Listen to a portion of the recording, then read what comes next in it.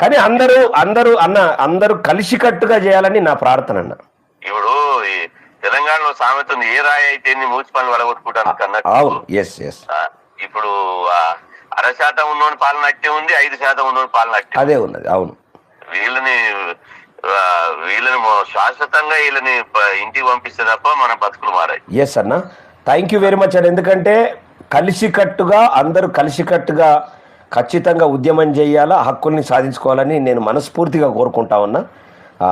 ఖచ్చితంగా మీరు లైవ్కి వచ్చి చాలా విషయాల మీద మాకు బీసీ ఉద్యమానికి మీ పాత్ర, మీరు ఇచ్చిన సమయము, మీరు రాసిన పాటలు, మీరు వాడిన పాటలు, మీరు చేసిన సంగీతం బీసీ సమాజానికి ఎప్పటి మర్చిపో. అవునన్న, థ్యాంక్ యూ వెరీ మచ్. అంటే మీ సహకారం వాస్తవానికి మొత్తం ముందుండి నడిపింది మీరే.